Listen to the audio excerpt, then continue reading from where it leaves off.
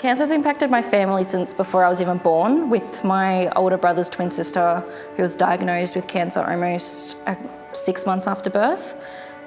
She fought her cancer for about 1.5 years and she passed away at 1.5 years old. And then our family was pretty much cancer-free for a while until I think I was 9 or 10 years old when my dad got diagnosed with bowel cancer. A year later, after my dad's diagnosis, he passed away. And in that same year, my older sister got diagnosed with the cancer, and she battled her cancer all the way up to 2019. I have 9 siblings, 5 girls, 5 boys, and 4 of the girls have been diagnosed with cancer or the cancer gene, and my father. From the age of 12, I was getting regularly tested for the cancer gene because I was positive.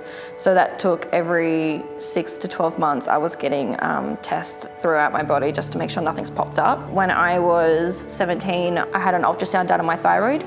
And we did that because my older sister, who also has a cancer gene, she had thyroid cancer. So we kind of did some testings to see if that was something that was passed through the cancer gene. As soon as we got the ultrasounds done, Mum got a phone call while I was at school that said, "We need your daughter back in John Hunter. We found shadowing on her thyroid." We pretty much didn't need to have the word thrown at us to know exactly what that meant. From the minute Mum got the phone call, I pretty much was in and out of school. So I had multiple days off at school, and I was rushed from South West Rocks down to John Hunter almost every 2 to 3 days. My HSC year, and for the first 6 months of year 12, I was not at school. And it was a lot. It wasn't a lot physically, but it was a lot mentally to be out of school for so long and have a scar on my neck. And then when I went back to school, everyone kind of made assumptions as to what happened to me.